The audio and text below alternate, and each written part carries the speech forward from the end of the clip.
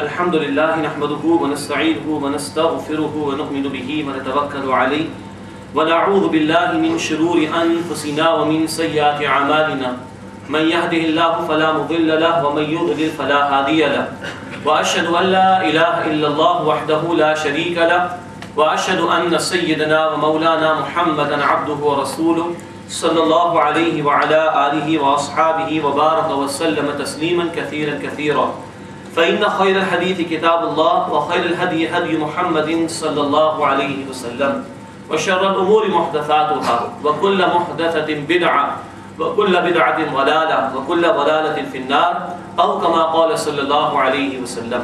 أما بعد فأعوذ بالله من الشيطان الرجيم. بسم الله الرحمن الرحيم. إذا جاءك المنافقون قالوا نشهد إنك لرسول الله والله يعلم إنك لرسوله والله يشهد إن المنافقين لكاذبون اتخذوا أيمانهم جنة فصدوا عن سبيل الله إنهم ساء ما كانوا يعملون ذلك بأنهم آمنوا ثم كفروا فطبع على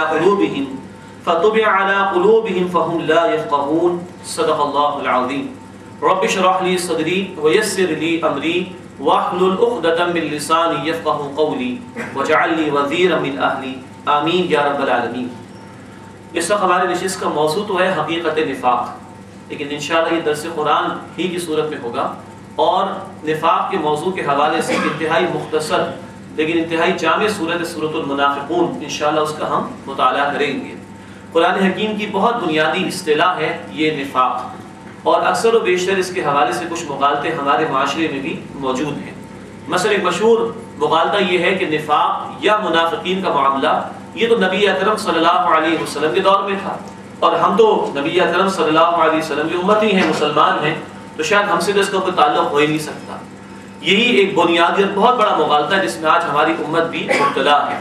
اس سے پہلے کہ اس مغالطے کے حوالے سے تھوڑی سی بات اور ہو، آئیے پہلے یہ جاننے کی کوشش کریں کہ یہ ہلاکت خیز کتنا ہے یہ موضوع. چند جملوں میں قرآن حکیم کی آیات کے اشارے.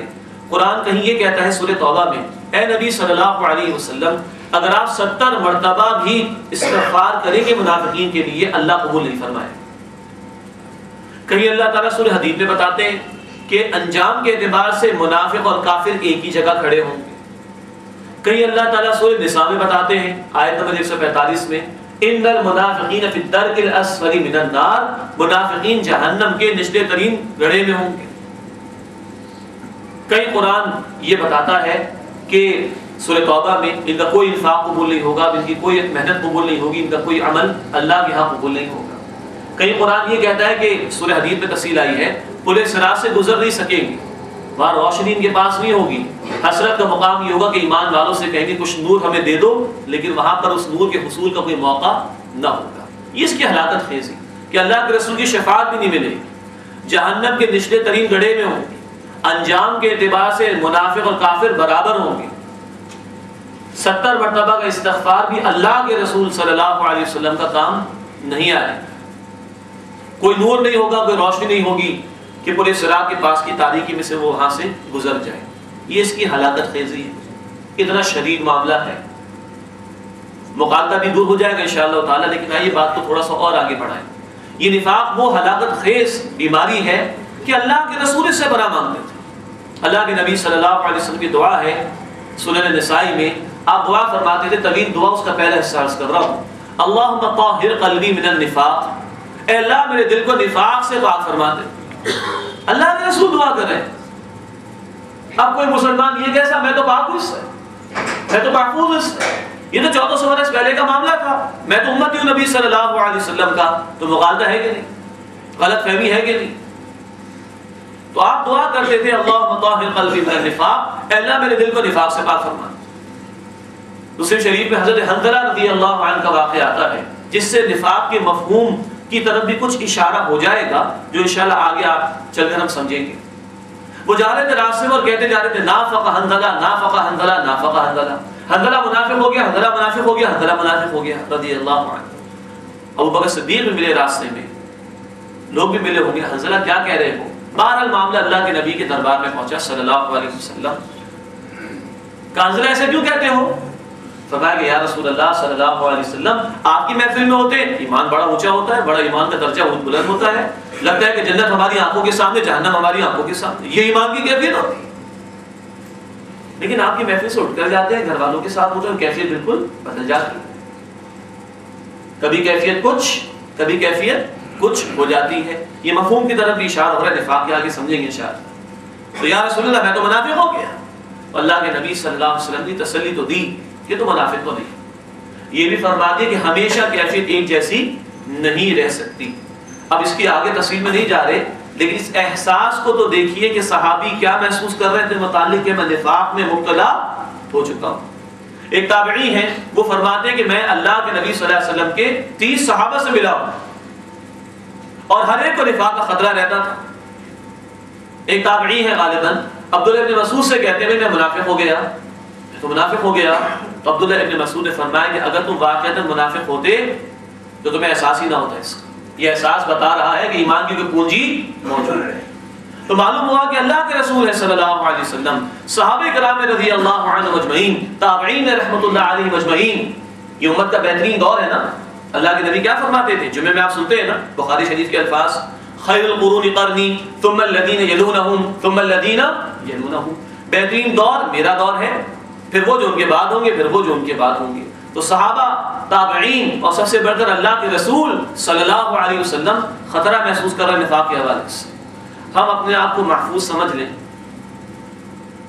کتنا بڑا مغالطہ ہوگا، کتنی بڑی غلط فہمی ہوگی، کتنا بڑا الزام ہوگا اللہ کے نبی صلی اللہ علیہ وسلم پر، صحابہ پر، تابعین پر کہ صاحب آپ کو یہ خطرہ کاہے کو ہے، اور آج ہم 1400 برس کے بعد بیٹھ کے یہ محسوس کریں گے ہمیں خطرہ نہیں۔ یہ بہت بڑا مغالطہ ہے۔ تو مغالطہ یہ ہو گیا کہ صاحب وہ 1400 برس پہلے کا معاملہ تھا، آج تو ہے ہی نہیں کچھ، حالانکہ ایسی کوئی بات نہیں۔ سورہ منافقون آج بھی موجود ہے، صحیح، ابھی اور ذکر آئے گا۔ اللہ کے دین کی محنت اور جد و جہد کے مطالبات آج بھی موجود ہیں، نفاق کا خطرہ آج بھی موجود ہے، منافقین کے متعلق آیات، نفاق کے موضوع پر بحث آج بھی موجود ہے۔ تو ہمیں بھی جائزہ لینا چاہیے کہ کہیں ہم اس میں مبتلا تو نہیں۔ اور ایک بات توجہ کیجیے گا، یہ جائزہ دراصل اپنا لینے کی ضرورت ہے، نہ کہ دوسروں پر انگلی اٹھانے۔ ہمارے مشہور ہے نا فلاں منافق ہو گیا، اکثر ہی ہمارے محفل میں کہا جاتا ہے، کاروباری معاملات میں، گھر کے معاملات میں ذرا کسی سے جھگڑا ہوا، ذرا کسی سے ناراضگی ہوئی، منافق ہے، منافق ہے، منافق ہے۔ آئیے اس نفاق کو سننے کہتے ہیں کسے؟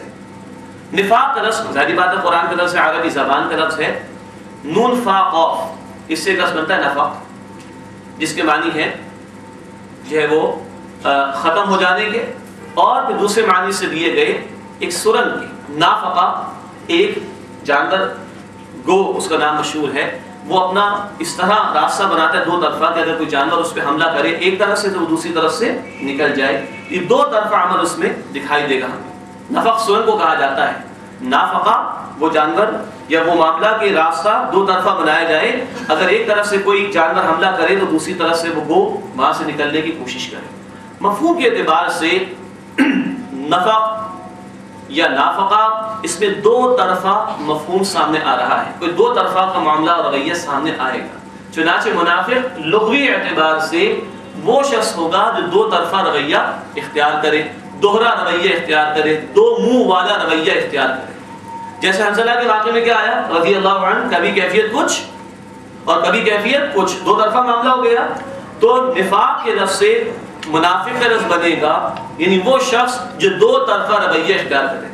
نبی صلی اللہ علیہ وسلم کے دور کے منافقین کے متعلق بھی گفتگو آتی، اس دور کے منافقین کی طرف اشارہ قرآن کرتا ہے کئی مقامات پر۔ سورۃ البقرہ کے شروع میں ذکر آتا ہے وَإِذَا لَقُوا الَّذِينَ آمَنُوا قَالُوا آمَنَّا وَإِذَا خَلَوْا إِلَىٰ شَيَاطِينِهِمْ قَالُوا إِنَّا مَعَكُمْ إِنَّمَا نَحْنُ مُسْتَهْزِئُونَ۔ جب ایمان والوں سے ملتے کہتے ہیں ایمان لے آئے، اور جب اپنے شیاطین سرداروں کے پاس ہوتے ہیں تو کہتے ہیں ہم تو تمہارے ساتھ ہیں، ہم تو مسلمانوں کے ساتھ مذاق کر رہے ہیں۔ دو طرفہ عمل، جب ایمان والوں کے سامنے جا رہے ہیں تو ایمان کا جھوٹا دعویٰ کر رہے ہیں، اور جب اپنے شیاطین کے پاس، سرداروں کے پاس جا رہے ہیں تو کہہ رہے ہیں مسلمان لوگ نہیں، ہم تو مذاق کر رہے ہیں ان کے ساتھ۔ دو طرفہ رویہ۔ تو نفاق کے مفہوم میں دراصل دو طرفہ رویے کا ذکر ہے، دو منہ والے ہونے کا ذکر ہے۔ اور حضرت حنظلہ والے واقعے سے جو مفہوم نکلا ہے اس کو ذہن میں بٹھا لیجئے۔ حاصل کلام یہ کہ جہاں کیفیات بدل جائیں، کہیں کچھ اور کہیں کچھ، یہ ظاہر میں کچھ اور باطن میں کچھ، دعویٰ کچھ اور عمل کچھ. جب یہ دو طرفہ رویہ سامنے آئے گا تو نفاق سامنے آتا چلا جائے. اس نفاق کی علماء نے بنیادی طور پر دو اقسام بیان کی. ایک قسم ہے شعوری قسم کا نفاق، آدمی کو معلوم ہے کہ وہ منافق ہے. مثلا بہت کم اس کا ذکر قرآن میں ملتا ہے. قرآن حکیم میں یہود کی ایک سازش کا بیان ہے. حاصل کلام اس مقام کا یہ ہے کہ انہوں نے ایک چال چلی کہ مسلمان تو باز آتے نہیں، تو کسی طرح ان پر ایک نفسیاتی طور پر اثر انداز ہونے کی کوشش کرو تاکہ ان کو دین حق کی دعوت سے روکا جائے. چنانچہ یہود نے طے کیا کہ صبح جائیں گے محمد صلی اللہ علیہ وسلم کی مجلس میں اور اعلان کر دیں گے مسلمان ہوں، اور شام ہو جائے گی تو کہیں گے صاحب اس دین میں کچھ نہیں رکھا، ہم تو واپس جا رہے تھے دین کی طرف. لیکن جب داخل ہوئے تھے کیا ایمان تھا؟ نہیں، لیکن جھوٹا اقرار کر رہے ہیں ایماندار ہونے کا، ایمان والے ہونے کا، اور شام میں لوٹ رہے تب بھی ایمان نہیں. یعنی ان کو تو شعوری طور پر ایمان معلوم ہے کہ ہم نے ایمان قبول دراصل کیا ہی نہیں، یہ تو ایک ہماری پلاننگ ہے. اس کو شعوری نفاق کہتے ہیں. آدمی جانتے بوجھتے رویے اختیار کرتے ہیں. اس کا ذکر تو قرآن میں بہت کم. میرے اور آپ کے لیے یہ مسئلہ نہیں، الحمدللہ. میرے اور آپ کے لیے جو مسئلہ ہے وہ غیر شعوری نفاق کا ہے.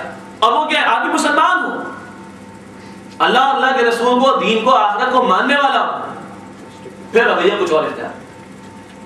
اور اسی پر قرآن حکیم بھرا پڑا ہے. البقرہ میں دیکھیے، النساء میں دیکھیے، التوبہ میں انتہا ہے، اور ان تفصیلی صورتوں میں جو مقامات پر گفتگو آئی ہے اس کا خلاصہ سورہ منافقون میں، جس کا ہم انشاءاللہ مطالعہ کرنا ہے. غیر شعوری طور پر، وہ غیر شعوری طور پر نفاق کیا ہے کہ آدمی اولا مسلمان ہو.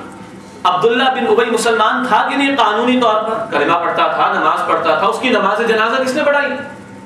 اللہ کے رسول نے صلی اللہ علیہ وسلم. تو جتنے منافقین اس دور میں تھے وہ کلمہ پڑھتے تھے، نمازیں ادا کرتے تھے، مسجدوں میں آتے تھے، بہرحال مسلمان تھے. لیکن اس کے ساتھ قرآن کہتا ہے لم تؤمن قلوبہم، ان کے دل ایمان نہ لائے. اس کے ساتھ قرآن کہتا ہے کہ دعویٰ کچھ ہے، عمل کچھ ہے. اس کے ساتھ قرآن کہتا ہے کہ جب اللہ کے دین کے مطالبات اور تقاضے آتے ہیں تو پیچھے ہٹنا شروع ہو جاتے ہیں. دعویٰ دین کو ماننے کا لیکن عمل دین پر عمل نہ کرنے کا، دونوں ختم ہو گئے. یہ ہے جس کے حوالے سے مجھے اور آپ کو شدید خطرہ رہا کہ مسلمان جو اولاً قبول کرتا ہے دین کو اس کی فیس ویلیو پر، اسی میں امکان زیادہ ہے اس غیر شعوری نفاق کے پیدا ہو جانے کا. کیسے ہوتا ہے وہ ذکر آگے آ جائے، لیکن سمجھ لیجیے تیسری مرتبہ عرض کر رہا ہوں، ہمیں خطرہ زیادہ ہے جو اسلام کو مانتے کہ وہ ماننے کا دعویٰ تو کریں لیکن اس کے مطابق عمل نہ کریں، یا وہ ماننے کا دعویٰ بھی کریں، احکامات کو بھی تسلیم کریں، لیکن احکامات پر عمل درآمد کا موقع آئے تو پیچھے ہٹنا شروع ہو جائیں. کبھی مال کی محبت کی وجہ سے، کبھی دنیا کی محبت کی وجہ سے، کبھی احکامات پر عمل کرنے میں مشقت آنے کی وجہ سے، اور کبھی جان کے خوف کی وجہ سے، کبھی اولاد کے خوف کی وجہ سے وہ پیچھے ہٹنا شروع ہو جائیں. تو یہ نفاق کا مرحلہ گویا کہ شروع ہو جاتا ہے. اب تک کی گفتگو کا حاصل ہلاکت خیزی اس کی کیا ہے؟ شفاعت نہیں ملے گی. اور چند باتیں ہم نے سمجھی. مغالطہ کیا ہے؟ وہ تو 1400 برس پہلے نفاق کا مسئلہ تھا، 1400 برس پہلے کے لوگ منافقین تھے. اس کو ہم نے دور کرنے کی کوشش کی. اللہ کے نبی ڈرتے تھے صلی اللہ علیہ وسلم، صحابہ کو خوف رہتا تھا، تابعین کو خوف رہتا تھا. پھر شعوری نفاق اور غیر شعوری نفاق ہم نے سمجھنے کی کوشش کی. نفاق کے معنی ہم نے سمجھے منافق جو دو رخا پن اختیار کرے، دو منہ والا رویہ اختیار کرے. شعوری نفاق کا اتنا مسئلہ ہمارے ساتھ نہیں جتنا کہ غیر شعوری نفاق. آدمی کو پتہ بھی نہیں چلتا نفاق کی طرح چلا جاتا. تو یہ وہ چند گفتگویں تھی جو میں نے آپ کے سامنے رکھی ہیں. اب جو سورۃ المنافقون کا انشاءاللہ مطالعہ کریں گے، اس میں جو گفتگو آ رہی ہے وہ کیا ہے؟ نفاق کی درجات کیا ہیں ان کا بیان، نفاق کی ہلاکت خیزی کیا ہے اس کا ذکر بھی، نفاق پیدا کیسے ہوتا ہے اس کا بیان بھی، نفاق کا علاج کیا ہے اس کا تذکرہ بھی آ جائے. تو اس کے درجات کا بیان، اس کی کچھ ہلاکت خیزی کا بیان، اس کے پیدا ہو جانے کی وجہ کا بیان اور اس کے علاج کا تذکرہ ہے جو سورۃ المنافقون میں انشاءاللہ تعالی ہم سمجھیں گے. آخری بات تمہیدی گفتگو کے اعتبار سے وہ یہ ہے جو کہ میں نے درمیان میں اشارہ کیا تھا. یہ ساری بحث اور گفتگو اپنا جائزہ لینے کے لیے زیادہ اہم ہے بنسبت اس کے کہ ہم دوسروں میں تلاش کریں کون منافق ہے کون منافق نہیں، اور اس کا ہمیں اختیار بھی حاصل نہیں۔ نفاق کا کل معاملہ قلبی کیفیات کے ساتھ ہے، اور دل میں کسی کے کیا ہے وہ کون جانتا ہے؟ اللہ۔ ہاں میرے دل میں کیا ہے میں تو جانتا ہوں، میں اپنا جائزہ لینے کی کوشش کروں، آپ اپنا جائزہ لینے کی کوشش کریں، نہ کہ ان تعلیمات کو سمجھنے کے بعد دوسروں میں تلاش کریں کون منافق ہو گیا کون کٹر منافق ہو گیا۔ معاذ اللہ۔ ہاں آج اس معاشرے میں کوئی دین کی انقلابی تحریک اس وقت ہمارے سامنے ایسی نہیں ہے جس میں ڈو اینڈ ڈائی کا مرحلہ آ گیا، جان لگانے کھپانے کا موقع آ گیا، ایسا کوئی معاملہ بھی نہیں۔ ہاں تنظیمیں کام کر رہی ہیں، جماعتیں کام کر رہی ہیں، محنتیں ہو رہی ہیں اپنی جگہ پر، لیکن ابھی ایسا کوئی کریٹیکل ایشو نہیں آیا یا موقع نہیں آیا کہ ڈو اینڈ ڈائی کا معاملہ اللہ کے نبی کے دور میں ہوا ہے صلی اللہ علیہ وسلم، تو واضح ہو گیا یہ سچے اہل ایمان ہیں، یہ پکے کفار ہیں، اور درمیان میں کون تھے؟ منافقین۔ بھائی احد کا میدان تھا نا، 1000 کا لشکر لے کے اللہ کے نبی نکلے تھے صلی اللہ علیہ وسلم، عبداللہ بن ابی کتنوں کو لے کے علیحدہ ہو گیا تھا؟ 300 کو۔ وہ 300 کیا تھے؟ منافق تھے۔ یہ وضاحت ہو گئی۔ جب ڈو اینڈ ڈائی کی بات آئی، جان دینے کا مرحلہ آیا، اب جو ہے وہ ساری چھٹائی ہو رہی ہے، حق اور باطل کا فرق ہو رہا ہے، کھڑے کھوٹے کا فیصلہ ہو رہا ہے۔ یہ ایمان والے ہیں سچے، جان دے رہے ہیں، یہ ایمان کے جھوٹے دعوے دار جن کو جان و مال عزیز ہے۔ تبوک کا موقع لے لیجئے، ابھی بات کلیئر ہو گئی، کھڑے کھوٹے کا فیصلہ ہو گیا، اور ابو جہل ہے، ابو لہب ہے، اس کا پورا گروہ ہے، کفار کا پورا گروہ ہے، یہ بات بھی واضح ہو گئی۔ تو دور نبوی میں تو معاملہ پہنچ چکا، ڈو اینڈ ڈائی کا، ہجرت کا بھی آ گیا، جان و مال لگانے کا بھی آ گیا، قتال کا بھی آ گیا، وہاں تو یہ سارے کا سارا معاملہ واضح ہو کر کلیئر ہو گیا۔ ہمارے ساتھ مسئلہ یہ ہے، ہمارے کچے پکے ہر قسم کے مسلمان، ابھی کوئی جیسے کہ میں نے عرض کیا ایسی ڈو اینڈ ڈائی والی تحریک نہیں آئی کہ جان و مال لگانے کا انتہائی موقع آ گیا ہو، تو کوئی گروہ تم آئیڈینٹیفائی نہیں کر سکتے ہو جی منافقین کا گروہ، ایسا قطعا نہیں۔ ہاں اللہ کے دین کے مطالبات آج بھی موجود ہیں، اللہ کے دین کے تقاضے آج بھی موجود ہیں، دین کے لیے محنت کرنے کا معاملہ آج بھی موجود ہے، جان و مال اللہ کی راہ میں لگانے کے تقاضے آج بھی موجود ہیں، جہاد فی سبیل اللہ کے مطالبات آج بھی موجود ہیں۔ آپ بھی جانتے ہیں، میں بھی جانتا ہوں الحمدللہ۔ تو آپ اپنا جائزہ لے سکتے ہیں، میں اپنا جائزہ لے سکتا ہوں۔ آئیے اس جائزے کو حاصل کرنے کے لیے اب مطالعہ کریں سورۃ المنافقون کا، اور اس کی روشنی میں دیکھیں کہیں ہم منافق تو نہیں۔ آئیے اس کا جائزہ لیں۔ بسم اللہ الرحمن الرحیم۔ فرمایا اذا جاءك المنافقون قالوا نشهد انك لرسول اللہ، اے نبی صلی اللہ علیہ وسلم جب جب یہ منافقین آپ کے پاس آتے ہیں تو کہتے ہیں کہ ہم گواہی دیتے ہیں کہ اے رسول صلی اللہ علیہ وسلم آپ اللہ کے رسول ہیں، واللہ یعلم، اور اللہ جانتا ہے، انک لرسول، بے شک اے نبی صلی اللہ علیہ وسلم آپ اللہ کے رسول ہیں، واللہ یشہد، اور اللہ یہ بھی گواہی دیتا ہے، ان المنافقین لکاذبون، بے شک منافقین تو جھوٹے ہیں، اتخذوا ایمانہم جنۃ فصدوا عن سبیل اللہ، انہوں نے اپنی قسموں کو ڈھال بنا رکھا ہے، جھوٹی قسمیں کھاتے ہیں، بس خود بھی رکتے ہیں اور دوسروں کو بھی روکتے ہیں اللہ کے راستے سے، انہم ساء ما كانوا يعملون، برا ہے جو یہ لوگ اعمال کر رہے ہیں۔ ان دو آیات میں 3 درجات کا بیان ہے نفاق کے حوالے سے۔ یہ بات آگے اور واضح ہوگی، نفاق ایک دن میں پیدا نہیں ہوتا، اول منافق مسلمان ہوتا ہے نا، کمزوری آتی چلی جاتی ہے، ہاں دین کی محنت ہو رہی ہو، دین کی جد و جہد ہو رہی ہو، اللہ کرے کہ ہم اس میں شامل ہوں، اجتماعیت موجود ہو، اجتماعی جد و جہد ہو رہی ہو، اجتماعیت کے تقاضے آ رہے ہوں، اللہ کرے کہ ہم جڑے ہوئے ہوں، وہاں یہ باتیں سمجھ میں آئیں۔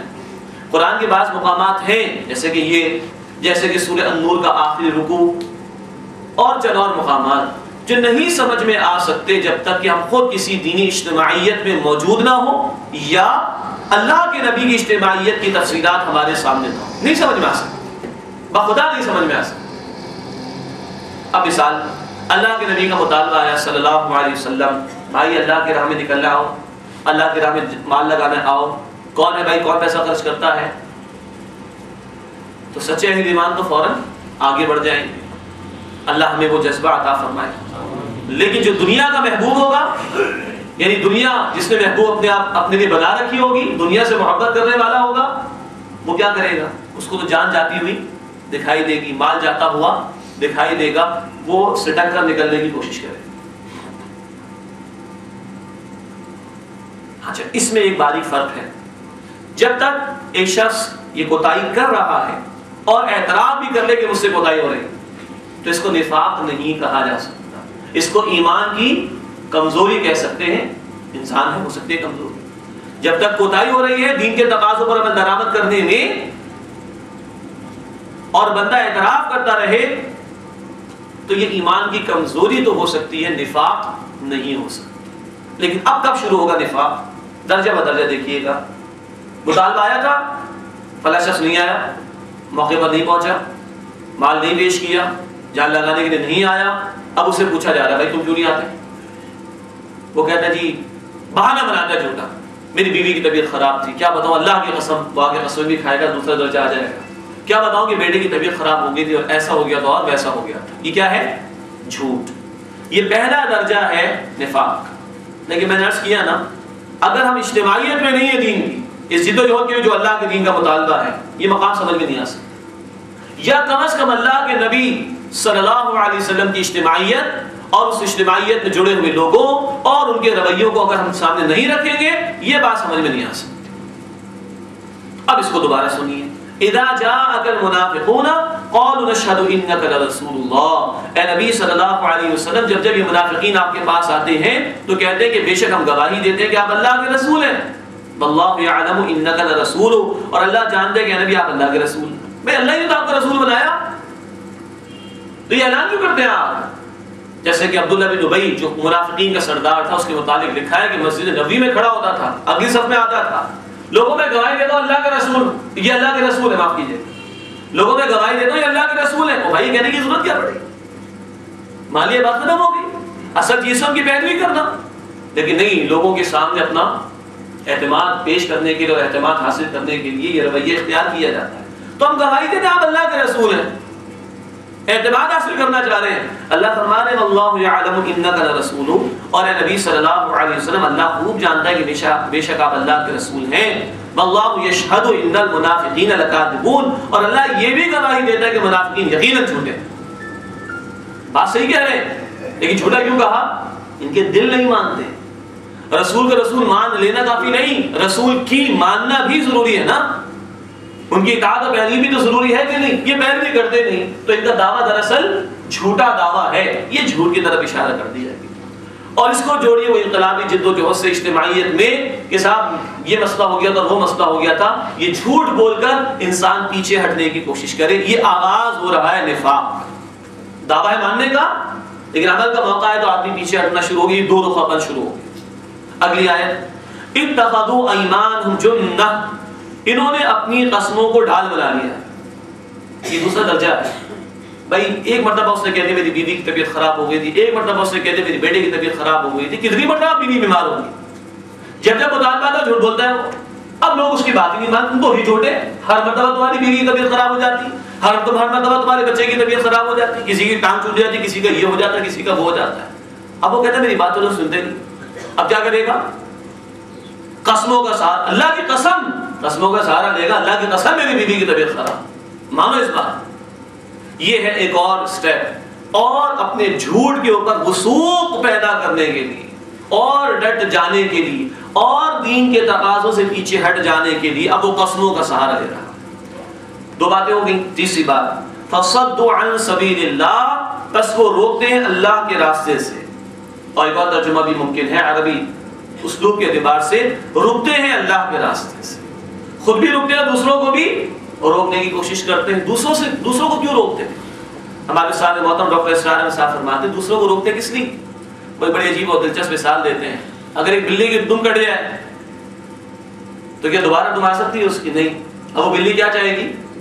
ساری بلیوں کی دم کٹ جائے تاکہ میں ممتاز نظر نہ ہوں، میری دم تو نہیں آ سکتی نا، تو وہ چاہے گی ساری بلیوں کی دم کٹ جائے تاکہ میں تنہا نظر نہ ہوں۔ تو منافق خود تو پیچھے رہ گیا دین کے تقاضوں سے، آگے نہیں بڑھ رہا، آگے نہیں بڑھ رہا، کیونکہ دنیا کی محبت دل میں بیٹھی ہوئی ہے، بجائے اس کے کہ آگے بڑھے، آگے بڑھنے والوں کو روکنے کی کوشش کرے گا۔ کیوں؟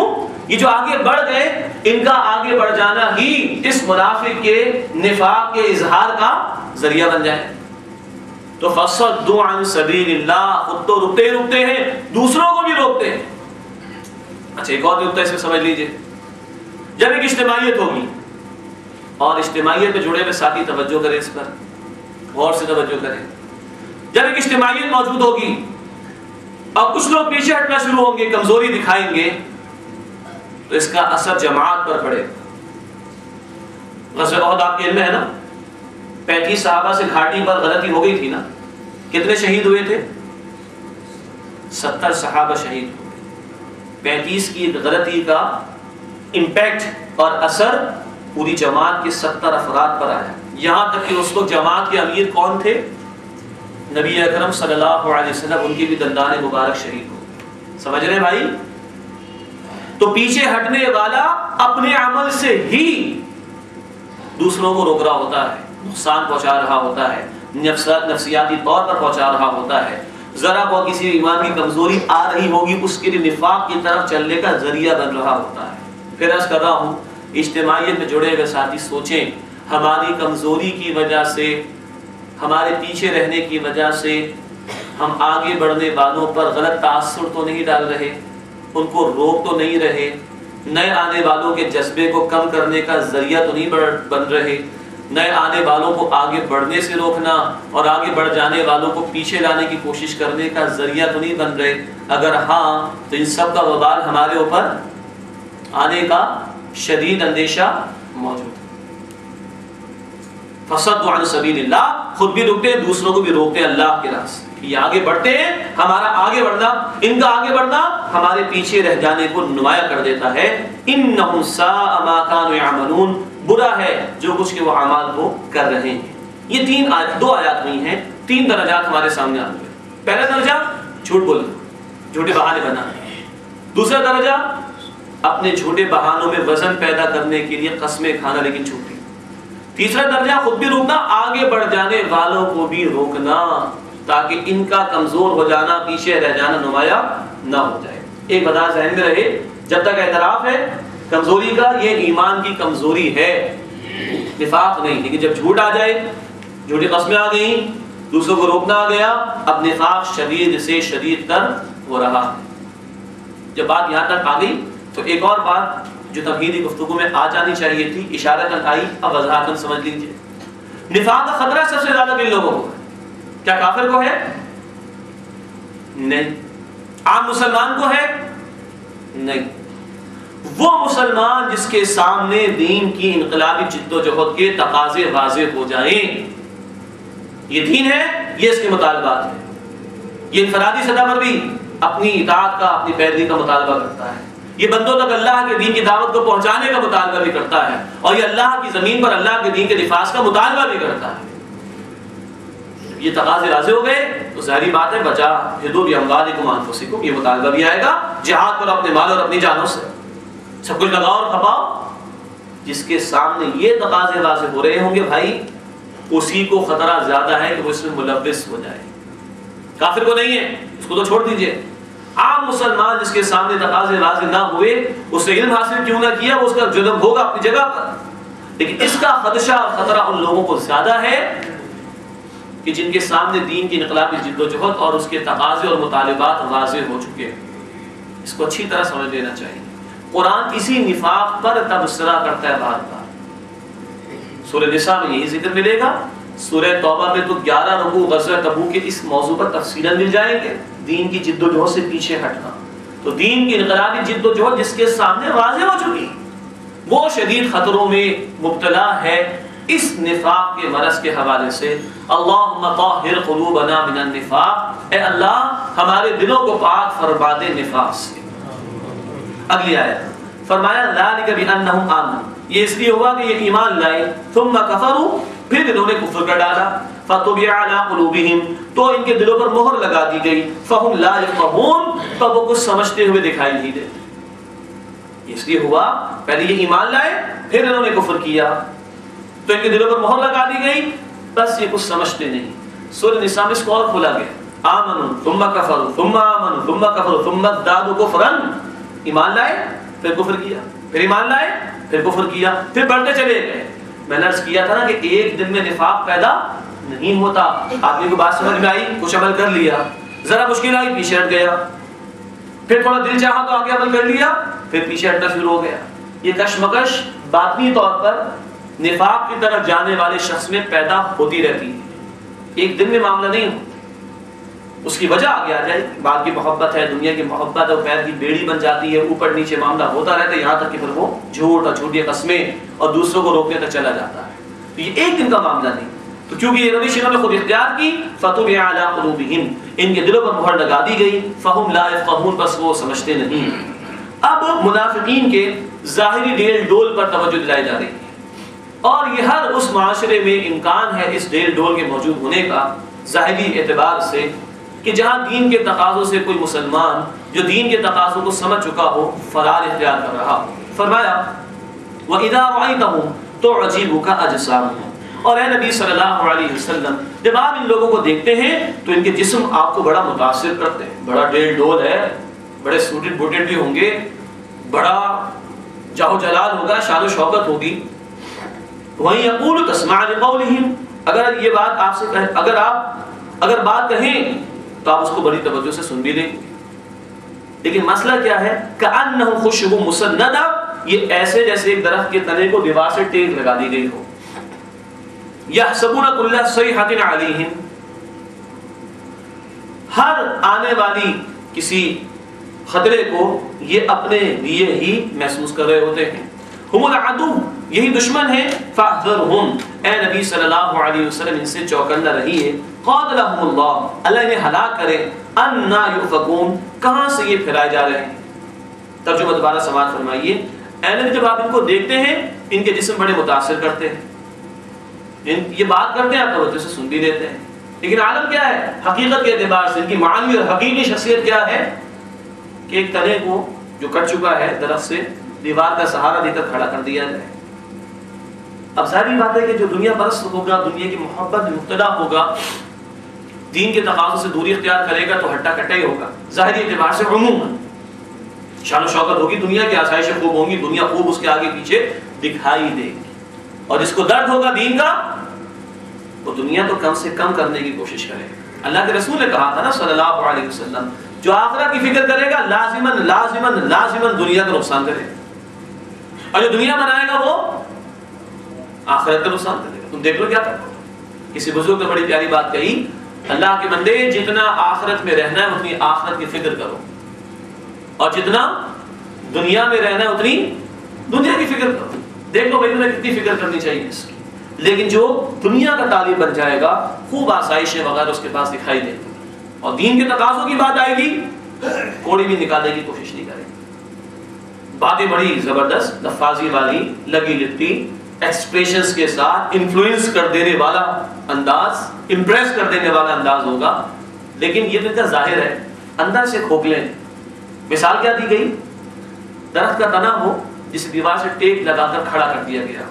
اگر درخت جڑ سے کٹ چکا ہے تو اس کا تنا تو کسی کام کا نہیں، اس کو تو سہارے کی ضرورت ہے. تو ان کا بھی اصل کردار کوئی نہ بچا، حقیقی اخلاق حقیقی کردار ان کا ختم ہو چکا. اب یہ ظاہری ڈیل ڈول سے، ظاہری لفاظی سے امپریشن مارتے ہوئے، ایکسپریشنز مارتے ہوئے اپنی شخصیت کا اظہار کرانا چاہتے ہیں. ہے درپوک یحسبون کل صیحۃ علیہم، ہر آنے والی چیخ کو، یعنی کسی آنے والی آزمائش کو سمجھتے ہیں ہمارے لیے آ رہی ہے، ابھی جان کا تقاضا آ جائے گا، ابھی مال کا تقاضا آ جائے گا، اپنے خلاف سمجھتے ہیں اس کو. فرمایا ہم العدو، یہی دشمن ہے. فاحذرہم، اے نبی ان سے چوکنا رہے. یاسین کے ساتھ ہیں، ان سے چوکنا رہیے. قاتلہم اللہ، اللہ انہیں ہلاک کرے. یہ لعنت کا انداز ہے. انا یؤفکون، کہاں سے پھرائے جا رہے ہیں. کون لوگ تھے؟ اللہ کے رسول کو مانا صلی اللہ علیہ وسلم، جو ان کے درمیان موجود، قرآن سنا رہے، قرآن نازل ہو رہا ہے، اللہ کے نبی کی صحبت ملی، اللہ کے نبی کا ساتھ ملا، اور انجام یہ دین سے دوری. قاتلہم اللہ، اللہ انہیں ہلاک کرے.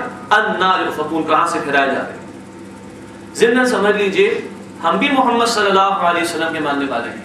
اللہ کے نبی نے کہا تھا حجۃ الوداع کے موقع پہ، حجۃ الوداع سے پہلے جو سن 9 ہجری کا حج ہوا، حضرت علی رضی اللہ عنہ کو روانہ کیا تھا کچھ ہدایات حج پر دینے کے لیے. اس میں یہ تھی کہ اعلان کر دو جو محمد صلی اللہ علیہ وسلم کو نہیں مانے گا وہ جنت میں داخل نہیں ہو سکتا. 6.5 ارب کو دیکھ لیجئے، 1.5 ارب مسلمان ہم الگ ہو جائیں تو ہم محمد صلی اللہ علیہ وسلم کے ماننے والے. قرآن جیسی عظیم کتاب ہمارے پاس، اللہ کے نبی جیسی عظیم شخصیت کا اسوہ ہمارے پاس. اور ہم دنیا کی فکر کریں، دنیا کو ترجیح دیں دین کے مقابلے. ہمارے پاس دین کی محنت کے لیے وقت نہ ہو، اللہ کے نبی کا خون چلا جائے طائف میں، احد کے میدان میں 259 صحابہ کی جانیں چلی جائیں، اور ہمارے پاس اللہ کے رسول کے اسوہ کے مطابق دین کے لیے وقت نہ ہو، تو ہم بھی کہاں پھرائے جا رہے ہیں بھائی؟ کتنی بدنصیبی کی بات ہو، کتنی محرومی کی بات ہوگی. اللہ سوچنے کی اور عمل کی درستگی کی توفیق عطا فرمائے. وَإِذَا قِيلَ لَهُمْ تَعَالَوْا، اب ان کی ہلاکت کا بیان ہو رہا ہے اس مقام پر. وَإِذَا قِيلَ لَهُمْ تَعَالَوْا، اور جب ان سے کہا جاتا ہے آؤ، يَسْتَغْفِرْ لَكُمْ رَسُولُ اللَّهِ، اللہ کے رسول تمہارے لیے اللہ سے بخشش مانگے، لَوَّوْا رُؤُوسَهُمْ، اپنے چہروں کو اپنے سروں کو ہلا دیتے ہیں، وَرَأَيْتَهُمْ يَصُدُّونَ، اور اے نبی آپ ان کو دیکھتے ہیں کہ وہ رکتے ہیں، وَهُمْ مُسْتَكْبِرُونَ، وہ تکبر کرتے ہیں. اللہ کے نبی کے لیے کہا جاتا ہے کہ نبی آپ ان کے لیے استغفار کریں، یہ کہتے ہیں ہمیں نہیں چاہیے. یہ نفاق کی ہلاکت خیزی کہاں پہنچا بنا. پھر دہرا لیجئے، اس مغالطے میں نہ رہے کہ آج ہمارے اندر نفاق پیدا نہیں ہو سکتا. اللہ کے نبی دعا کرتے تھے، صحابہ خوف رکھتے تھے، دین کے تقاضے جس کے ساتھ واضح ہو چکی ہے اس کو خطرہ زیادہ ہے نفاق. اللہ ہماری حفاظت فرمائے، بھول نہ جائیے کہ ان باتوں یہ خطرات ہمیں بھی. ہلاکت خیزی کیا ہوئی؟ نہیں ہمیں نہیں چاہیے ان کی شفاعت، معاذ اللہ ثم معاذ اللہ ثم معاذ اللہ. یہ گراوٹ کی انتہا پر نفاق پہنچاتا ہے انسان. سروں کو ہلاتے ہیں، رک جاتے ہیں، آتے نہیں ہیں، تکبر کرتے ہیں. تو اللہ نے بھی کہہ دیا، اللہ کو بھی کوئی کی ضرورت نہیں ہے. سواء علیہم استغفرت لہم ام لم تستغفر لہم، اے نبی ان کے حق میں برابر ہے، چاہے آپ ان کے لیے معافی اللہ سے مانگیں یا نہ مانگیں، لن یغفر اللہ لہم، اللہ ہرگز ان کو معاف نہیں فرمائے گا. ان اللہ لا یہدی القوم الفاسقین، بے شک اللہ فاسقین کی قوم کو ہدایت نہیں دیا. سورہ توبہ میں اے نبی 70 مرتبہ بھی استغفار کریں گے، اللہ ہرگز ان کو معاف نہیں کرے. یہ ہلاکت خیزی اس موت پر جس کا خوف اور خطرہ آج بھی موجود ہے. اللہم طہر قلوبنا من النفاق، اے اللہ ہمارے دلوں کو نفاق سے پاک فرمائے. اس کے بعد کی جو آیات ہیں، 2 آیات، اس کے پس منظر میں ایک واقعہ ہے.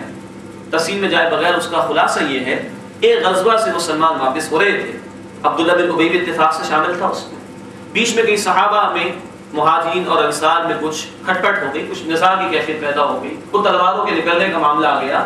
اللہ کے نبی صلی اللہ علیہ وسلم نے معاملے کو رفع دفع کرا. اس عبداللہ بن ابی کو مسلمانوں کے خلاف زبان درازی کا موقع مل گیا.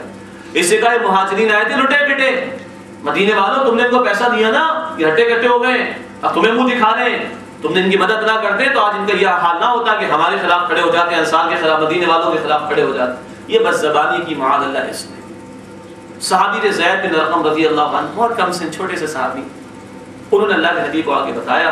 اللہ کے نبی نے اس شخص کو بلوایا، عبداللہ بن ابی کو. یہ صاحب جھوٹ کہہ گیا، جھوٹی قسم کھا گیا، اللہ کی قسم میں نے تو نہیں کہا. معاملہ اللہ کے نبی نے خاموش کر دیا، چپ کرا دیا اس کو، ختم ہو گئی بات. اللہ نے اس کم سن صحابی کی لاج رکھی اور اس ظالم کا پول کھولنے کے لیے یہ آیات نازل فرما. یہ ہے پس منظر. تفصیل میں جائے بغیر میں نے خلاصہ آپ کے سامنے رکھا ہے. فرمایا ہم الذین یقولون، یہ وہ لوگ جو کہتے ہیں لا تنفقوا علی من عند رسول اللہ حتی ينفضوا، مت خرچ کرو ان پر جو رہتے ہیں اللہ کے رسول کے پاس یہاں تک کہ منتشر ہو جائیں. تم اپنا پیسہ کھینچ لو، یہ 2-4 دن کی باتیں ختم ہو جائیں گی. وَلِلَّهِ خَزَائِنُ السَّمَاوَاتِ وَالْأَرْضِ، اور اللہ ہی کے لیے آسمان اور زمین کے خزانے ہیں. وَلَكِنَّ الْمُنَافِقِينَ لَا يَفْقَهُونَ، لیکن منافقین سمجھتے نہیں. تم کھلا پلا رہے ہو ان کو کیا؟ یہ کہا جا رہا ہے سارے خزانے زمین و آسمان کے اللہ کے پاس. ایک بات بیان ہونے سے رہ گئی، جو پچھلی بات ہم نے پڑھی تھی کہ اللہ کے نبی صلی اللہ علیہ وسلم کی شفاعت بھی لینا نہیں چاہ رہے. یہ نفاق کا 4تھا اور انتہائی درجہ ہے. 4تھا اور انتہائی درجہ ہے کہ امیر جماعت سے نفرت ہو جائے. اور اس وقت امیر جماعت کون تھے؟ رسول اکرم صلی اللہ علیہ وسلم. اللہ کے رسول سے نفرت ہو جائے، یہ اس مرض کا 4تھا درجہ اور انتہا ہے ہلاکت خیز. اللہ ہماری اس سے حفاظت فرمائے. تو کہہ رہے ہیں ان پہ خرچ نہ کرو، نہ خرچ کرو تو کیا ہوگا؟ یہ بھیڑ چھڑ جائے. اللہ تعالیٰ فرما رہے سارے خزانے زمین و آسمان کے اللہ کے پاس ہیں، لیکن منافقین سمجھتے نہیں. عبداللہ بن ابی نے یہ بھی کہا تھا اچھا مدینہ ذرا پہنچ جائیں تو ہم تو عزت والے ہیں، ہم ان ذلیل لوگوں کو نکال دیں گے وہاں سے. معاذ اللہ، یہ بد زبانی اور اس نے کی. اللہ نے اس کا بھی جواب دیا. یقولون، یہ لوگ کہتے ہیں لئن رجعنا الى المدینہ، جب ہم مدینہ کی طرف لوٹیں گے، لیخرجن الاعز منها الاذل، تو جو عزت والے ہیں وہ ذلت والوں کو نکال دیں گے وہاں سے. معاذ، اپنی دانش میں یہ سمجھا، لیکن اللہ کا تذکرہ آیا وللہ العزۃ ولرسولہ وللمؤمنین، عزت تو تمام کی تمام اللہ کے لیے ہے، اللہ کے رسول کے لیے ہے، ایمان والوں کے لیے ہے. ولکن المنافقین لا يعلمون، لیکن منافقین جانتے نہیں. عزت و ذلت دینے والی ذات وہ اللہ کی، وتعز من تشاء وتذل من تشاء، وہ اہل ایمان کو عزت دے گا، اللہ کے رسول کو عزت دے گا، لیکن یہ لوگ جانتے نہیں ہیں. اور بعد میں یہ ہوا کہ اسلام کو کامیابی ملتی ہی چلے گئی اور ان کی ساری پلاننگ اور منصوبہ بندی وہ ناکام ہو گئی.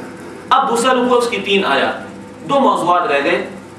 ایک یہ نفاق پیدا کیسے ہوتا ہے، اشارتاً گفتگو ہو چکی، اب آیت کا مطالعہ کر لیتے ہیں. فرمایا یا ایھا الذین آمنوا، اے وہ لوگوں جو ایمان لائے ہو، لا تلہکم اموالکم ولا اولادکم عن ذکر اللہ، تمہیں تمہارے مال اور تمہاری اولادیں اللہ کی یاد سے غافل نہ کریں. ومن یفعل ذلک، جو کوئی یہ کام کرے گا، فاولئک هم الخاسرون، تو یہ لوگ خسارہ اٹھانے والے ہیں. مال اور اولاد کی محبت شدید ترین ہے، اسی کے تحت بقیہ محبتوں کو سمجھ لیجیے. اور ایک لفظ میں کہا جائے تو وہ دنیا کی محبت ہے، جو دل میں گھر کر جائے تو نفاق کی طرف سفر شروع ہو سکتا ہے. یہ پیر کی بیڑی بن جائے تو دین کے تقاضوں سے فرار اختیار شروع ہوگا، پھر جھوٹ آئے گا، جھوٹی قسم آئے گی اور دوسروں کو روکنے کی بات بھی ہے. اللہ کے نبی نے کہا تھا صلی اللہ علیہ وسلم، لکل امت فتنہ وفتنۃ امتی المال، بخاری شریف کی روایت، ہر امت کا کوئی نہ کوئی فتنہ ہے اور میری امت کا فتنہ مال. قرآن 2 مرتبہ کہتا ہے، سورہ تغابن میں بھی الفاظ ہیں، انما اموالکم و اولادکم فتنہ، تمہاری مال تمہاری اولادیں فتنہ ہے، آزمائش کا ذریعہ ہے. یہ محبتیں جائز ہیں، لیکن اللہ کی محبت کے نیچے رہنی چاہیے. اگر ایمان و اسباب کی محبت اللہ کی محبت سے، اللہ کے رسول کی محبت سے، اللہ کی راہ میں جہاد کی محبت سے روک رہی ہے تو پھر فسق ہے، نافرمانی، ہدایت نہیں مل رہی. سورہ توبہ کی آیت نمبر 24 ترجمہ ہی ہلا دیتا ہے انسان.